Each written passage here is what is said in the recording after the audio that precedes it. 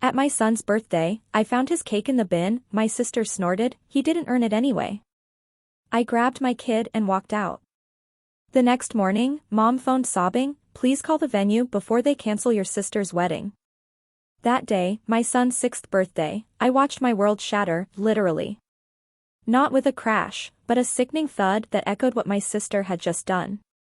I was in the corner of the party room, a paper plate still in my hand.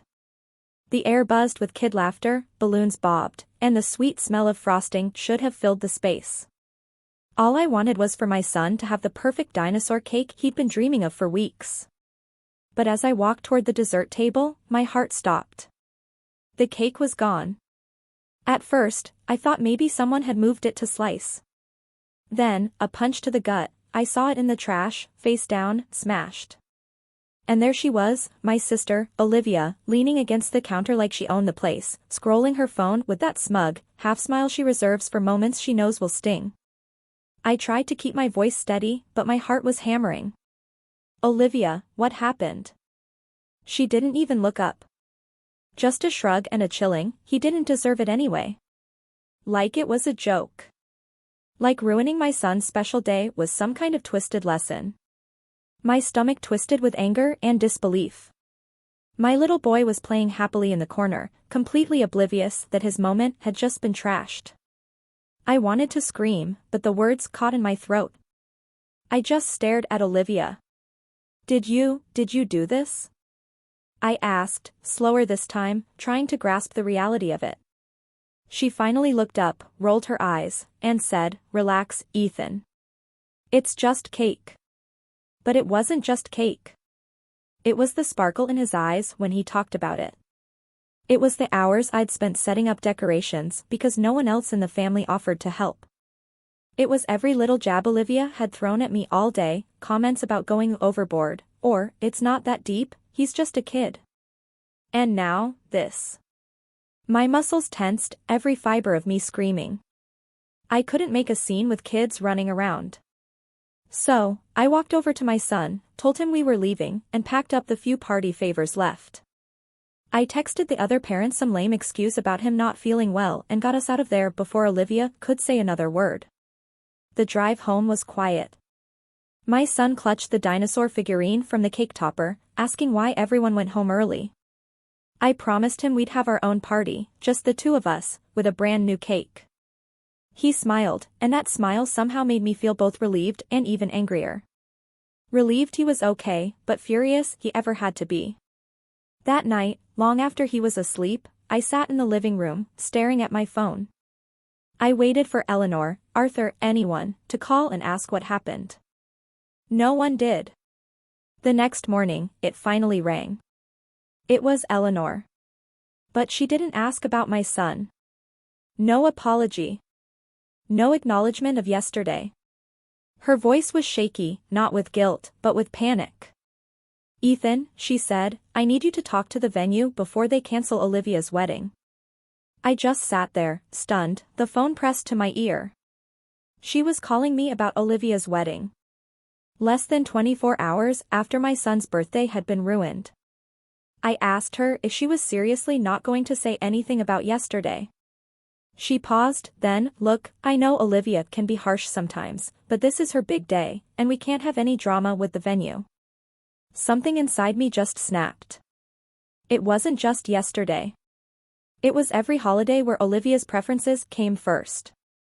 Every family photo where she got the center because she was the firstborn. Every time I'd been told to just let things go for the sake of peace. My jaw tightened as Eleanor kept rambling about deposits and deadlines, how the venue manager was threatening to cancel because Olivia hadn't paid the balance. She wanted me to call, smooth things over, maybe even cover the cost until Olivia sorted things out. I didn't yell. I didn't even raise my voice. I just told her I had to think about it and hung up. Then I sat there for a long time, staring at my son's little toy dinosaurs scattered across the floor, feeling this strange, quiet calm settle over me. For years, I'd been the one to keep things running, to fix Olivia's messes, to be the reasonable one. But now, I wasn't sure I wanted to fix anything. And that's when the doorbell rang. I opened it, expecting a neighbor, maybe a package. Instead, it was Arthur. Arms crossed, looking irritated, like I'd personally inconvenienced him just by existing. He didn't even say hello, just brushed past me into the living room like he owned the place. "We need to talk about Olivia's wedding," he said, glancing at the toys on the floor like they were an insult. I just stood there, still trying to process the fact that the man who hadn't once checked on his grandson after yesterday's disaster was now in my living room to talk about money for his favorite child's big day. I asked him straight out if he knew what happened at my son's party. He shrugged. Literally shrugged, like I was asking about the weather. "Kids are resilient," he said, waving a hand dismissively. "What matters now is making sure your sister's wedding doesn't turn into a circus." That word, circus, hit me harder than I expected. To him, my kid's ruined birthday was just noise and inconvenience. He sat down on my couch, preparing for a lecture. He explained how the venue had called him too concerned about payment, threatening cancellation. He leaned forward, looked me right in the eye, and said, "You're good with people, Ethan. You always smooth things over. Can't you just take care of this? You make more money than Olivia. It's nothing to you." There it was. The unspoken family rule, finally said aloud. Ethan fixes things. Ethan sacrifices. Ethan makes it right because he can. I asked him why Olivia wasn't taking care of her own wedding bill. He sighed like I was being dense. "She's under a lot of stress," he said. "Planning a wedding is expensive. She's had to cut back her hours at work." I reminded him that Olivia had chosen to cut her hours to focus on herself and had spent the last 3 weekends on spa days with friends, something she'd bragged about in the family group chat. He ignored that completely, changed the subject, and started talking about how this wedding was important for the family's reputation, and how people will talk if it got cancelled. That's when my son walked into the room, still in his pajamas, hair sticking up on one side. He saw Arthur and smiled shyly, holding up his toy dinosaur. "Grandpa, look," he said, eager to show off his favorite toy. Arthur barely glanced at him before going back to his speech about Olivia. My son's smile faltered, and he quietly went back to his room. I watched him go, and something inside me hardened. I told Arthur I wasn't sure I wanted to help with Olivia's wedding. Not after yesterday. His expression changed instantly. The calm, reasonable father was gone. He frowned and said, "Don't be petty, Ethan. This is bigger than a cake. You know how Olivia is. She didn't mean it." I laughed, not because it was funny, but because I couldn't believe what I was hearing. I asked him if he would have said the same thing if someone had ruined Olivia's wedding cake. He didn't answer. Instead, he stood up and said, "I really hope you're not planning to hold the family hostage over this." Then he left, slamming the door. That night, Eleanor called again. This time, a softer approach. She understood why I was upset, but I needed to think about the bigger picture. "You know how your sister is," she echoed Arthur. "She's always been difficult. But this wedding is her dream, Ethan. If the venue cancels, she'll never forgive you." I told her it wasn't my responsibility to fix Olivia's mistakes. There was a pause, then Eleanor said something that made my blood run cold. "If you don't step in, your father and I will have to use the savings we were keeping for your son's future. Is that what you want? For him to miss out on college because you couldn't let go of some cake?" I didn't even know they had savings for my son. I asked her why they hadn't told me, and she brushed it off, saying it was meant to be a surprise, but now it was apparently leverage. I ended the call before I said something I couldn't take back. The next few days were a blur of passive-aggressive group chat messages and relatives calling me to be the bigger person. Brenda texted me a paragraph about family unity. Mark called to say Olivia was crying and felt attacked. Olivia herself didn't bother contacting me directly, but she posted on social media about toxic people trying to ruin the happiest day of my life. It didn't take a genius to figure out who she meant. Meanwhile, my son kept asking when we could have his real birthday cake. I promised him something special, just the two of us. That weekend, we went to a little bakery downtown, picked out the biggest chocolate cake they had, and celebrated in our kitchen with party hats and streamers I put up myself. It was simple, but it made him so happy. Watching him laugh with frosting on his face made me realize how long I'd been letting my family's drama dictate my happiness. A few days later, Eleanor showed up at my house unannounced. She looked like she'd been crying, sat down at the table, and launched straight into her plea. The venue says if we don't pay by Friday, they'll cancel. Arthur is furious. Olivia is devastated. Please, Ethan, you're the only one who can stop this. I asked her what Olivia had said about my son's birthday. She hesitated, then said, she feels bad. I told her that wasn't good enough. If Olivia wanted my help, she could come over, look me in the eye, and apologize, not just to me, but to my son. Eleanor didn't like that. She said I was putting conditions on family love. I stayed firm. I told her that love goes both ways. And right now, all I saw was everyone expecting me to sacrifice while Olivia got whatever she wanted. Eleanor left, looking disappointed. Not even an hour later, I got a text from Olivia. Stop trying to control everything. It's not my fault your kid can't handle a little disappointment. Pay the venue or don't, but stop making this about you. I stared at that message for a long time. Then I screenshotted it and sent it to Eleanor and Arthur with one sentence. This is what your devastated daughter thinks. Eleanor didn't reply. Arthur sent a single text, we'll talk later. I knew what that meant. Another confrontation was coming, and I was done backing down. 2 days after Olivia's text, I came home from work to find an envelope taped to my front door. No name, no return address, just my first name scribbled across it in Eleanor's handwriting. I pulled it off, walked inside, and opened it on the kitchen counter. Inside was a folded letter and a bank statement. The letter was short, almost cold. It said that since I had refused to support the family in their time of need, Eleanor and Arthur had decided to withdraw the savings they'd been keeping for my son and use them to cover Olivia's wedding balance. The bank statement showed the withdrawal, tens of thousands of dollars, money I didn't even know existed until last week. Gone. At the bottom of the letter, Eleanor had written, "We hope you will still come to the wedding and put this ugliness behind us." I stood there staring at the paper, my hands shaking. My son was in the living room watching cartoons, completely oblivious to the fact that the money meant for his future had just been taken to fund a party he wasn't even excited about going to. My chest felt tight. It wasn't just about the money. It was the audacity. The decision had been made without even asking me, without a conversation. I called Arthur immediately. He picked up on the second ring, sounding annoyed. I figured you'd call, he said, like this was all just an inevitable step in some plan. I asked him if he really thought it was okay to take money meant for his grandson and spend it on Olivia's wedding. He didn't hesitate. It's not just Olivia's wedding, Ethan. It's a family event. Your son will benefit, too, being part of a happy occasion. I almost laughed because it was so absurd. It didn't sound real. I told him my son didn't even understand what was going on, that he'd barely seen Olivia in the last year because she never made time for him. Arthur's voice turned sharp. This attitude is exactly why we didn't tell you about the savings sooner. You'd hoard it and make everything about your son when this is supposed to be about all of us. Hoard it.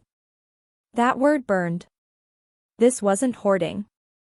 This was planning for the future, for the kid they were supposed to love just as much as Olivia. But to them, his future was negotiable, a bargaining chip to keep the peace. When I got off the phone, I didn't even realize how hard I'd been gripping the counter until I saw the faint white marks on my hands. My phone buzzed again a few minutes later. This time it was Olivia. No apology, no acknowledgement, just a photo of her in a wedding dress at a fitting with the caption, "Thanks for finally stepping up. Knew you'd do the right thing eventually." I didn't respond. I couldn't. Instead, I went into my son's room, sat on the edge of his bed, and just watched him play with his Lego set. He looked up at me, smiling, and said, "Dad, when I grow up, I want to make cakes so no one ever throws them away." I felt something in my chest twist so hard I had to look away. That night, I barely slept. Every time I closed my eyes, I saw that letter, that smug text from Olivia, and my son's little face when he said that. It felt like I was back in high school again, being told to give Olivia the front seat, to give Olivia the last slice of pizza, to skip my plans because Olivia needed a ride. Except this time, it wasn't a slice of pizza. It was my kid's future. A few days later, the betrayal deepened in a way I didn't think was possible. I got a call from the school. My son's kindergarten teacher sounded concerned. She said Eleanor and Arthur had come by the school earlier that day, saying they were there to pick up their grandson early. Apparently, they told the staff that I had approved it, which I hadn't. Luckily, the school called me first to confirm, but the fact that they had tried to take my kid without telling me left me cold. I called Eleanor immediately. She sounded cheerful, like nothing was wrong. "We just wanted to take him shopping for a little suit for the wedding," she said. "You weren't answering your phone, so we figured we'd surprise you." I told her flat out she was never to take my son from school without my permission again. There was a long pause before she said, "Ethan, you're overreacting. We raised you. We know how to take care of a child." And then the kicker, this attitude is why Olivia says, "You're becoming impossible to deal with." It was like a switch flipped in my head. Impossible to deal with. That's what they called me when I stopped doing their taxes for free. When I told them I couldn't babysit Olivia's dog every weekend. When I dared to say no to anything that inconvenienced them. The next day, I got another letter. This one wasn't taped to my door. It was slid under it. Inside was an invitation, a wedding invitation. My name wasn't on it. Neither was my son's. The envelope had been addressed to me, but inside it said, "Mr. Ethan plus guest." No mention of family, no mention of my son as ring bearer, or anything else. It was a message, and I got it loud and clear. When I called Eleanor to ask if it was a mistake, she said Olivia wanted a small ceremony. Kids make things complicated. I asked her if she was seriously telling me that after taking my kid's savings to fund this wedding, he wasn't even welcome to attend. She said, "You're welcome to bring a guest. Maybe someone special.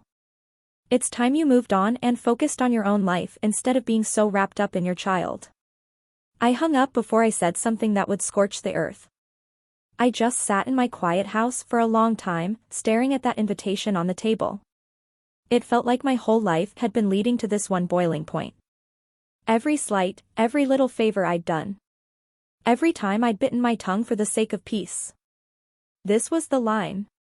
That night, as my son slept, I opened my laptop and started going through my files, emails, receipts, copies of text messages.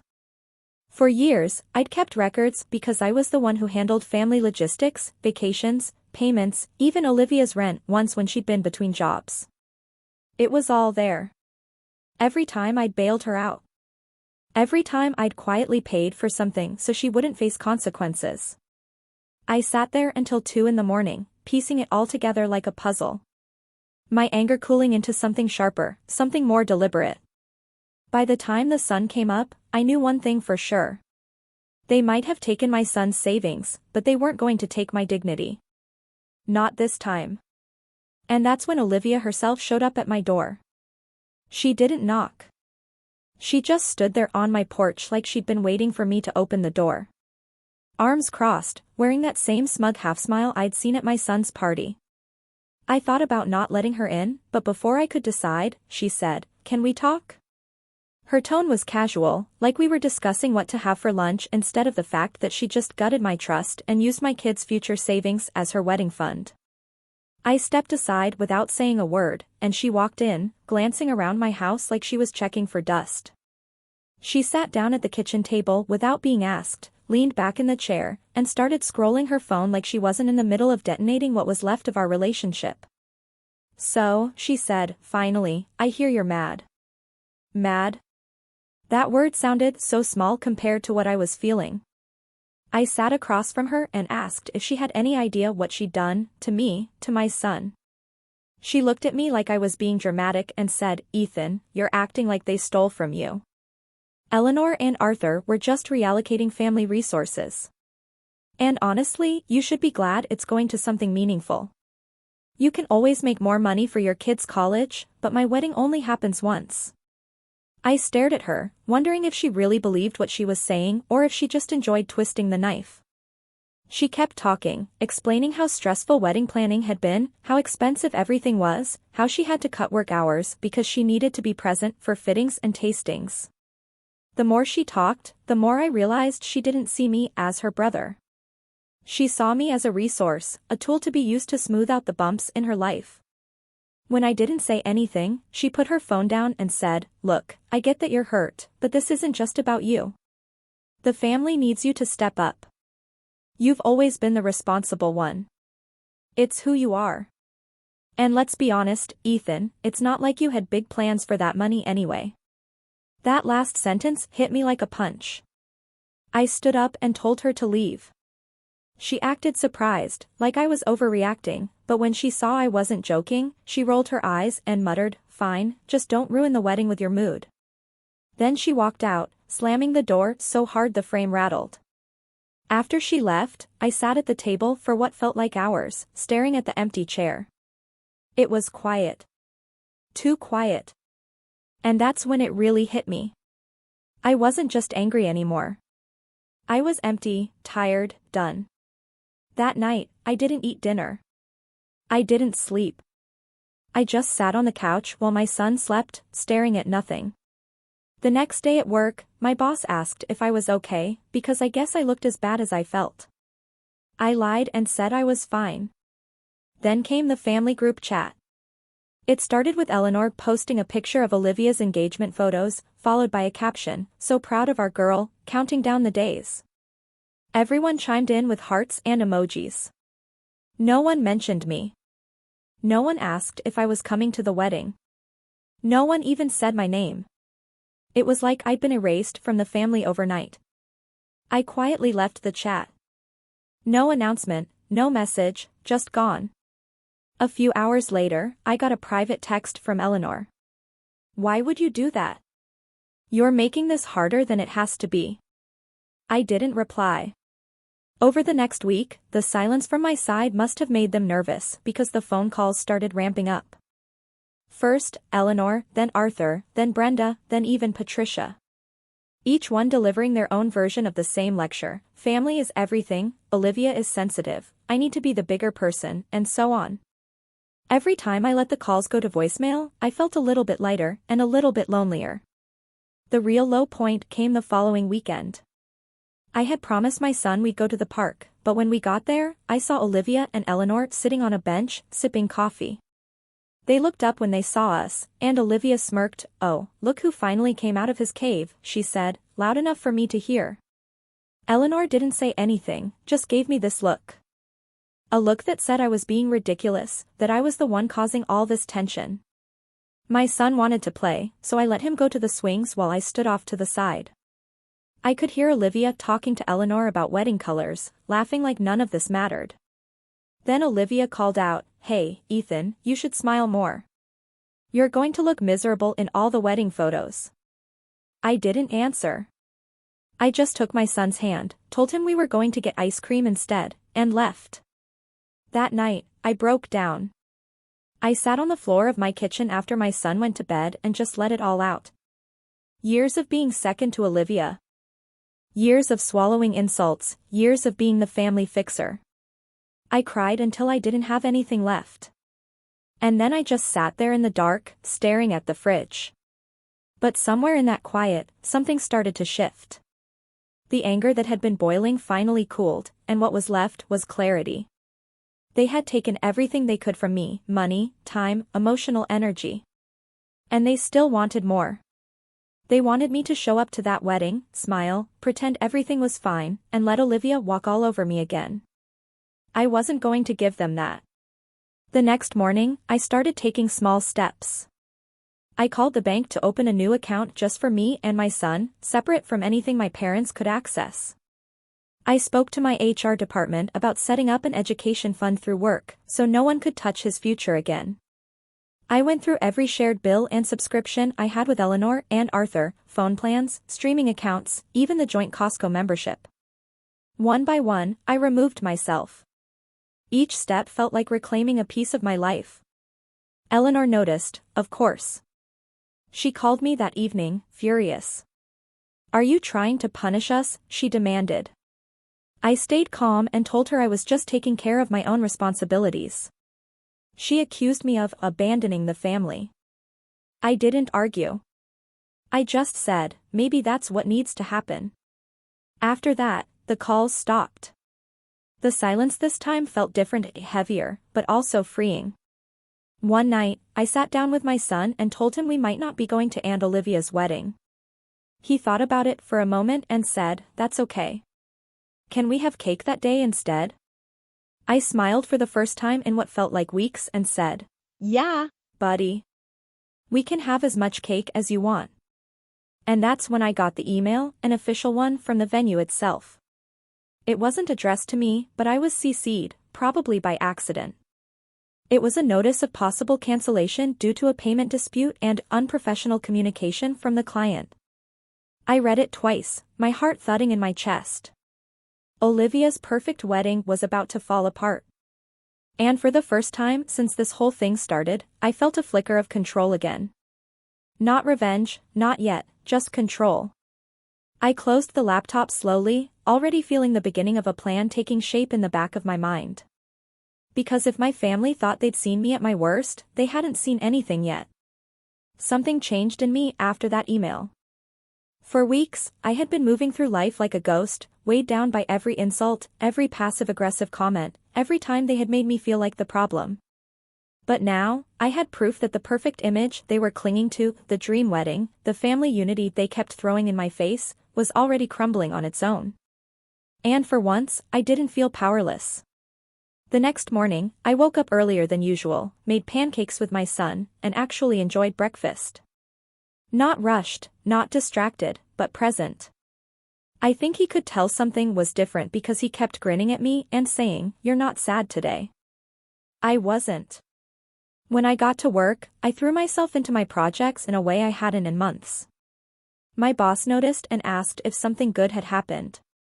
I just smiled and said I was making space for better things. By the end of the week, I closed a big deal that earned me a bonus. It wasn't life-changing money, but it felt symbolic, like life was giving me back some of what had been taken. I used part of that bonus to book a small weekend trip for me and my son. Nothing fancy, just a cozy cabin by the lake a few hours away. We spent the weekend fishing, building campfires, and eating marshmallows until we were both sticky and laughing. For the first time in months, I didn't think about Olivia, the wedding, or the family drama. It was just me and my boy, and it felt right. When I got back, my phone was full of missed calls and messages. Eleanor had sent a long text about how the family was hurting without me, and how I was breaking Olivia's heart. I read it once, then put the phone down. I didn't reply. Instead, I kept building my life outside of them. I signed my son up for a weekend soccer program and went to every practice, cheering from the sidelines. I started cooking again, experimenting with recipes we could make together.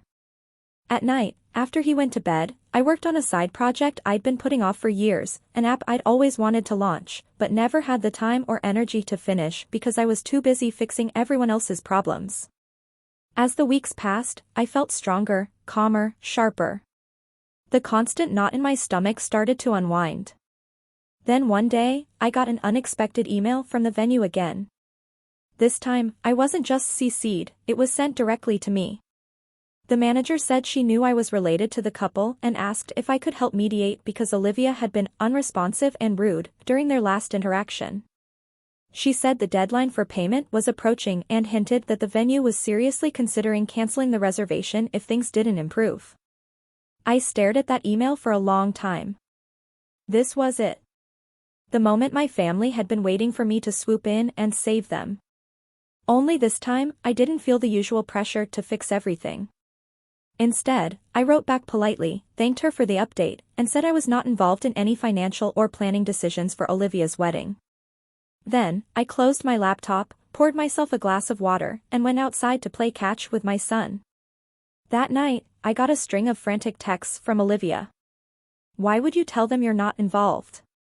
They think we can't pay now. Do you want my wedding to get cancelled? I didn't reply. The next day, she sent another message. Fine. If you want to be a jerk about it, just know you're dead to me after this. I sat there reading it, and instead of feeling crushed, I felt free. Like a weight had been lifted. That freedom made me bold. I decided to take a social media break, not to avoid them, but to reclaim it. I cleared out my friend lists, archived old family photos, and posted a single update, a picture of me and my son at the lake, smiling, with the caption, "Best weekend ever." No tags, no context, just us. Within an hour, Brenda texted, "Looks like someone's finally moving on." Good. As my personal life improved, so did my work. My boss called me into his office one afternoon and said he was impressed with my recent performance and wanted to recommend me for a senior position that had just opened up. It would mean more responsibility, but also a big salary bump and more control over my schedule, which meant more time with my son. I accepted. When I told my son about the promotion, he cheered and said, "Does that mean we can get more cake?" I laughed harder than I had in weeks. But not everything was quiet. Eleanor showed up at my house again a few days later, looking exhausted. She said Olivia had been calling her nonstop, crying, saying the venue was about to cancel because the final payment still hadn't been made. Eleanor begged me to just cover the balance for the sake of peace. I told her calmly that I wasn't involved and wouldn't be helping. She said, "If this wedding falls apart, Olivia will never forgive you." I said, "Then I guess she won't forgive me." For once, I didn't feel guilty when she left looking disappointed.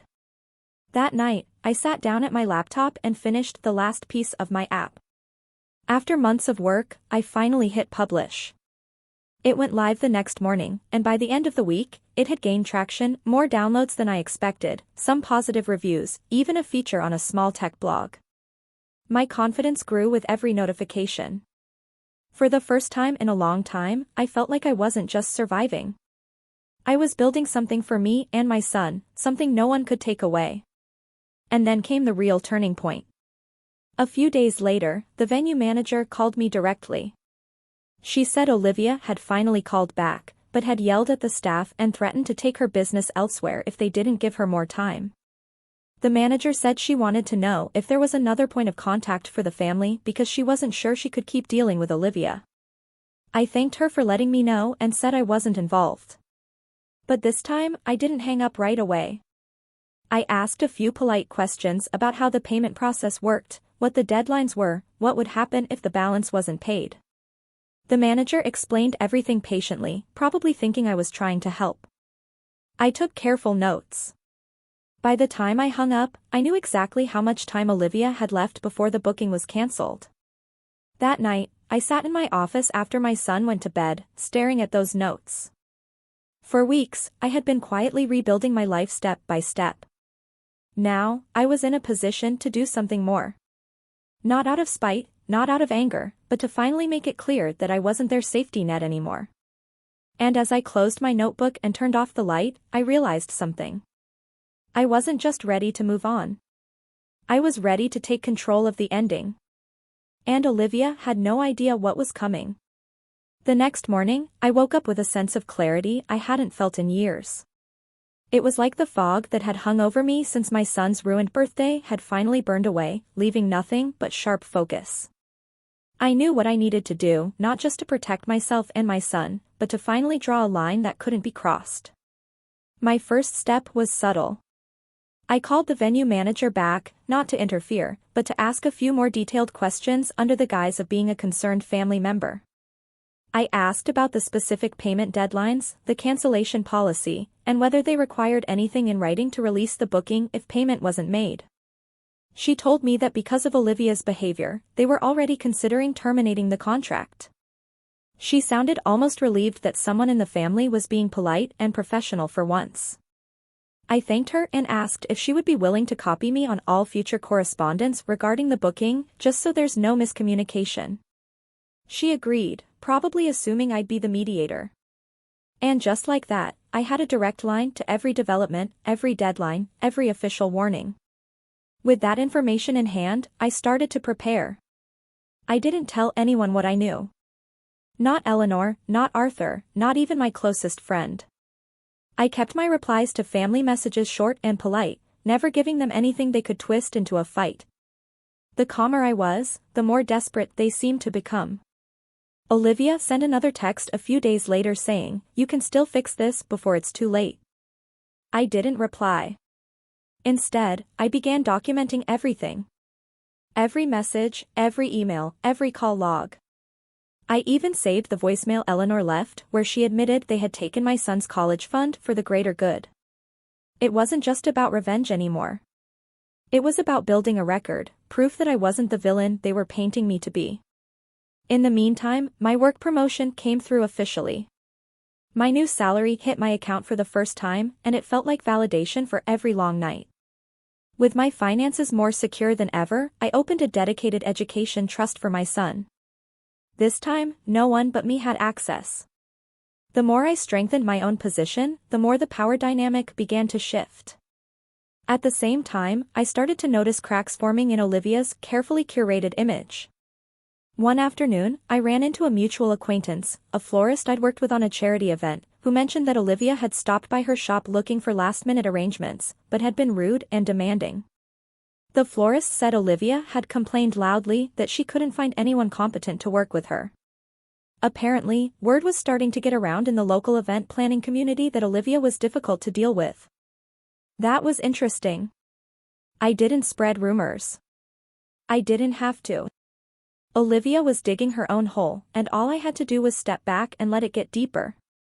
A few days later, the venue manager sent a formal notice. If payment was not received by the end of the month, the booking would be cancelled and the deposit forfeited.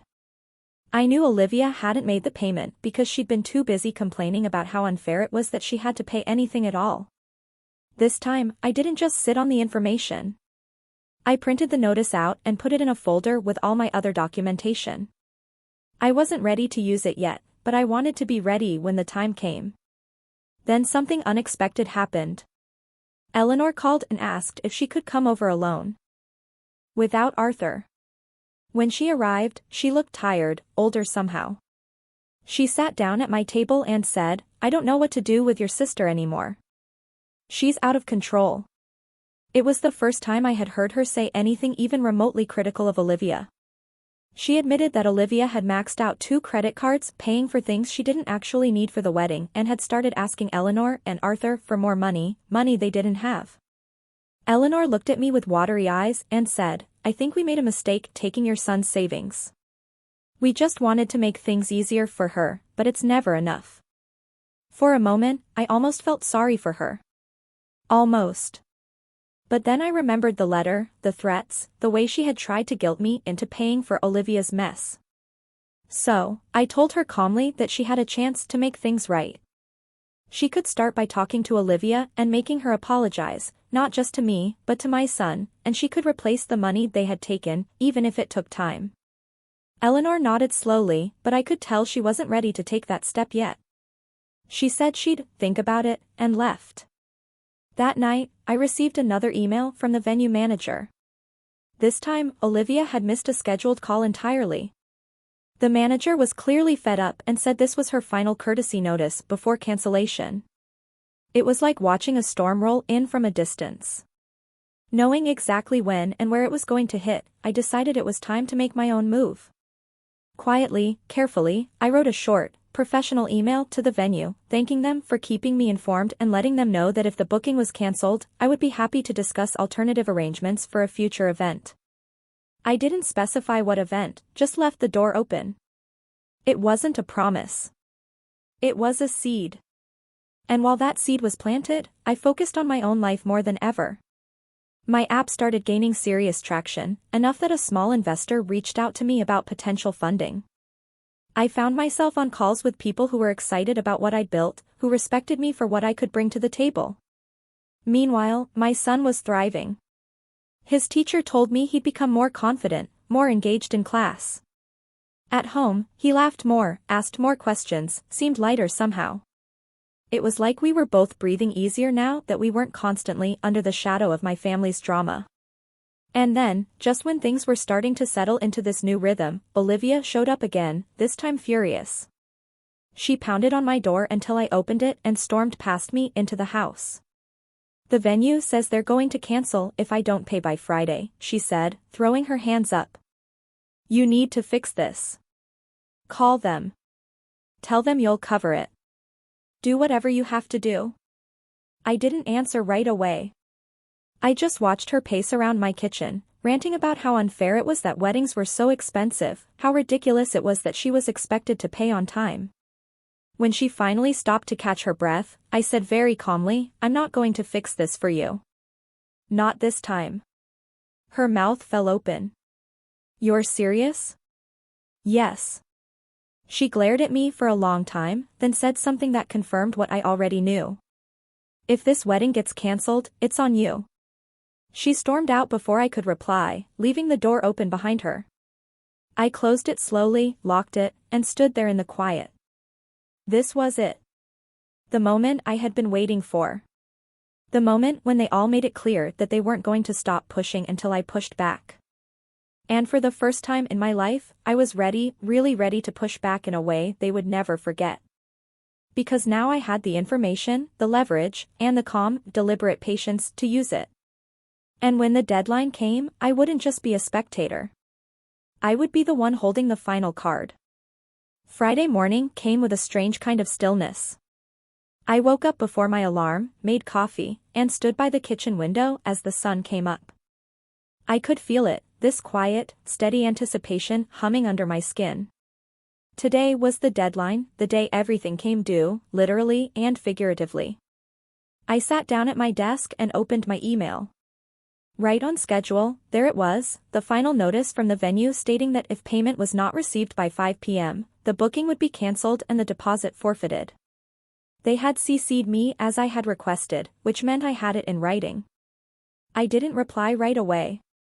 I let the clock tick for a few hours while I focused on work, taking calls, and answering messages. All the while feeling this calm, methodical energy building inside me. Around noon, my phone started lighting up with texts from Eleanor. "Ethan, please, just talk to your sister. The venue says this is the last chance. Don't let her big day be ruined." Then from Arthur, "Step up. Be a man. Handle this." And finally, Olivia herself. "You have until 5. If you don't pay, don't bother coming to the wedding or talking to me ever again." I almost laughed at that one. The threat wasn't really a threat. It was a promise. At 4:45 p.m., I opened my laptop and drafted one simple, professional email to the venue manager. "Thank you for keeping me informed. I understand today is the final deadline for payment on the booking under Olivia.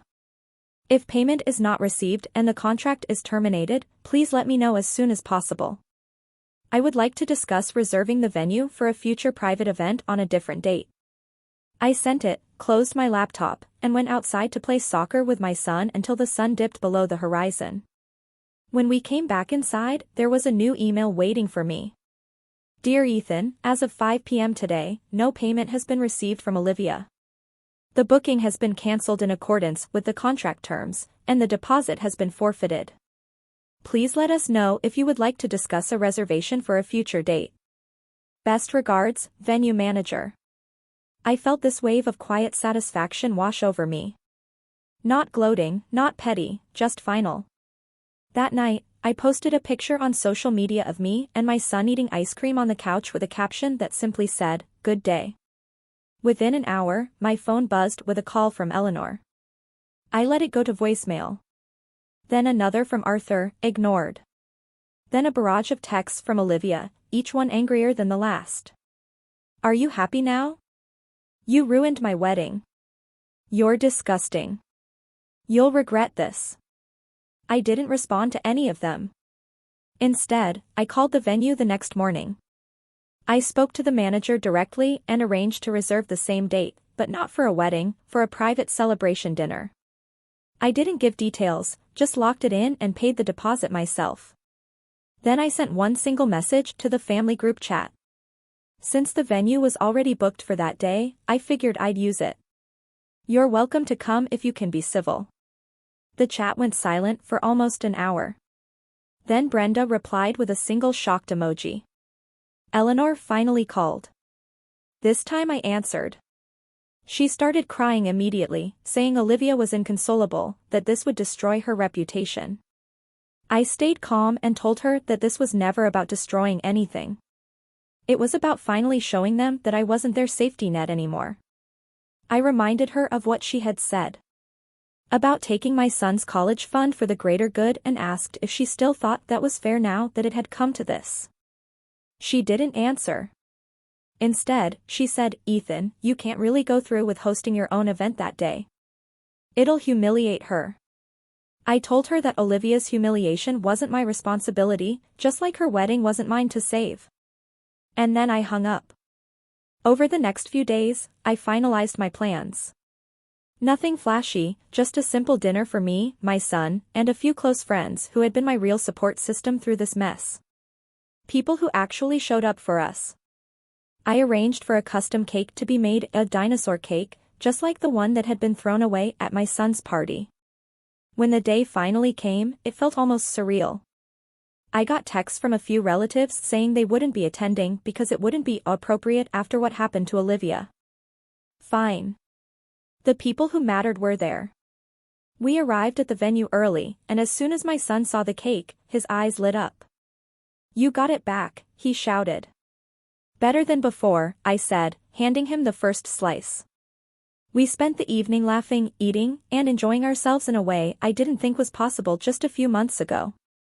And as I watched my son blow out the candles on the cake, months late, but no less special, I realized that this was what I had been fighting for all along. Not revenge for revenge's sake, but peace. Halfway through the dinner, I got a notification on my phone. Olivia had posted on social media about the most painful day of her life, saying how she had been betrayed by her own brother. The comments were full of sympathy, but also questions about why she hadn't paid her own venue bill. I didn't reply. I didn't explain. Because for the first time in a long time, I didn't need to. The people who mattered were right there in the room with me, smiling and eating cake. And Olivia's perfect day, which had been built on taking from us, now it was gone. I wasn't angry anymore. But I wasn't done either, because there was still one last thing I needed to do before I could finally close this chapter for good. The days after my little celebration were oddly quiet, like the air right after a storm. My phone barely buzzed, except for the occasional passive-aggressive message from relatives who clearly didn't know the whole story but wanted me to make amends. I ignored them. Then, on Monday morning, everything exploded. My cousin, Mark, sent me a screenshot of Olivia's social media. She had posted a long, emotional rant about how her wedding had been stolen from her by someone who was supposed to be family. It was 3 paragraphs of vague accusations about betrayal and sabotage, ending with, "Some people would rather see me miserable than happy." Normally, the comments on Olivia's posts were full of supportive friends gassing her up. Not this time. People were asking questions. "Wait, didn't you have like a year to pay off the venue? Why would your brother be responsible for your wedding bill? Didn't your parents give you money for this already?" By the afternoon, Olivia had turned off comments entirely. Later that day, Eleanor called me, her voice hoarse from crying. She said Olivia had been humiliated, that she had friends dropping out of her bridal party, that the vendors were refusing to work with her because of unprofessional behavior. She said Olivia wasn't leaving the house, that she'd been crying nonstop. I listened quietly, then asked if Olivia had apologized to my son yet. There was a long pause before Eleanor said, "She's not ready to do that." "Then there's nothing to talk about," I said, and hung up. That night, Arthur showed up at my house unannounced. He stood on my porch with his jaw tight, holding something in his hand. A check. He said it was the full amount they had taken from my son's savings. "Consider it paid back," he said gruffly. I asked if Olivia knew they were doing this. He said no, that she still thought she deserved that money. I took the check, but I didn't invite him in. I told him that money would be going directly into my son's education trust and that from now on there would be no more shared family funds. Arthur didn't argue for once. He just nodded and left. The next morning, I got an email from the venue manager. She thanked me again for being such a pleasure to work with and said if I ever wanted to book another event, they'd be happy to offer me a discount for being a respectful client. I laughed when I read it, not out of spite, but because it felt like the universe was putting a stamp on the whole ordeal, a quiet acknowledgement that I had chosen the high road, even if my family couldn't see it. Weeks passed. My app kept growing, my son kept thriving, and my house felt calmer than ever. Olivia, on the other hand, went radio silent. I heard through the grapevine that she had tried to rebook another venue for a much smaller ceremony, but several vendors had blacklisted her after the way she treated them. Apparently, she ended up getting married at the courthouse with just Eleanor and Arthur present. No invitations were sent to me, and honestly, I was fine with that. One Saturday afternoon, a few months later, I was at the park with my son when I saw Eleanor walking toward us. She looked tired, but softer somehow. She said Olivia had finally moved on, but that she still refused to talk to me. Then she did something I didn't expect. She crouched down to my son's level, looked him in the eye, and said, "I'm sorry your birthday was ruined. That should never have happened." My son blinked at her for a moment, then said, "It's okay. Dad got me a better cake." Eleanor's eyes filled with tears. She stood up, looked at me, and said, "I hope one day you and your sister can work this out." I told her calmly but firmly, "Maybe, but not if it means going back to the way things were." She nodded. For the first time, I think she understood that I wasn't bluffing, that I had built a life outside of their chaos and wasn't going to give that up. As she walked away, my son tugged on my sleeve and said, "Dad, can we go get another cake today? Just because." I smiled, picked him up, and said, "Yeah, buddy. Let's make it a tradition." And as we walked back to the car, I realized that, for the first time in my life, I wasn't dreading the next family gathering, the next phone call, the next demand. Because I finally understood something that had taken me 32 years to learn. Peace doesn't come from keeping everyone else happy. It comes from choosing yourself, even when it makes everyone else uncomfortable. And I was done being uncomfortable. That night, I locked the check away in the safe, tucked my son into bed, and sat quietly in the living room with the lights off, feeling lighter than I had in years. Olivia might never forgive me. Eleanor might never fully get over it. The family might still whisper behind my back at holidays. But my son would grow up knowing that his father never let anyone throw away what mattered to him. Not his cake, not his future, not his dignity. And that, more than anything, felt like victory. What would you have done if your family used your child's future as a bargaining chip?